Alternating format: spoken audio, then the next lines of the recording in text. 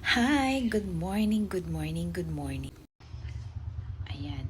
So how are we going to evaluate this mathematical expression using PEMDAS? Lang muna natin yung 3 plus 4.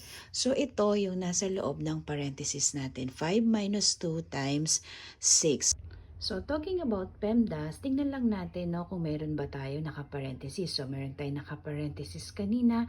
Exponent, wala naman tayo nakita na merong exponent. So, dito tayo sa multiplication and division. Bakit ako merong bracket dito?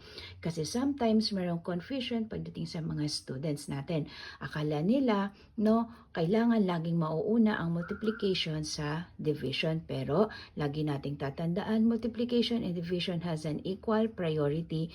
Uunahin natin kung ano yung unang mag-a-appear sa left papunta sa right. So kung nauna ang division sa multiplication, unahin natin i-solve ang division. No?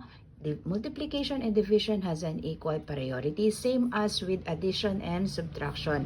Addition and subtraction, kung ano yung una mag-appear sa left papunta sa right, yun ang uunahin natin. Kung nauna si subtraction sa addition, unahin pa rin natin si subtraction kasi addition and subtraction has an equal priority.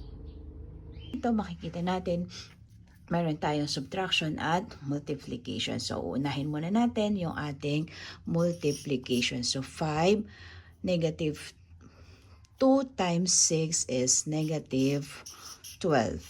Plus, so meron tayo dyang 12, yung nasa loob ng ating parenthesis, 2 plus 4, 6 plus 1. So, yun tayo sa denominator natin. Meron tayong 1 plus 3 times 6 is 18 minus 80 divided by 5. That is 16. Next step natin, tingnan natin yung nandoon pa rin sa mga nasa loob ng parenthesis. So, meron tayong 3 plus 4. So, 5 minus 12. Yung rule natin sa subtraction, we are going to change the subtraction sign. Gagawin natin siyang addition.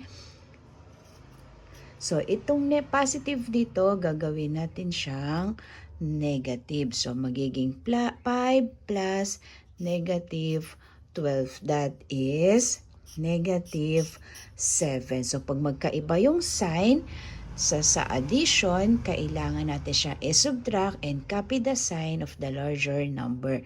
So, mas mataas ang ating negative, kaya ito ay negative 7 plus 12 times 6 is 72 plus 1, that is 73 over 1 plus 18, 19.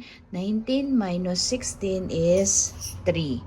So, isolve na natin yung natitira sa ating equation. That is 3. 4 times negative 7. 4 times negative 7, that is negative 28. Plus 73 over 3. Next, 3 minus 28.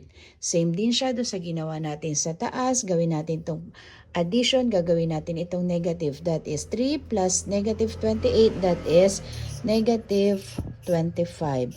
Plus 73 over 3.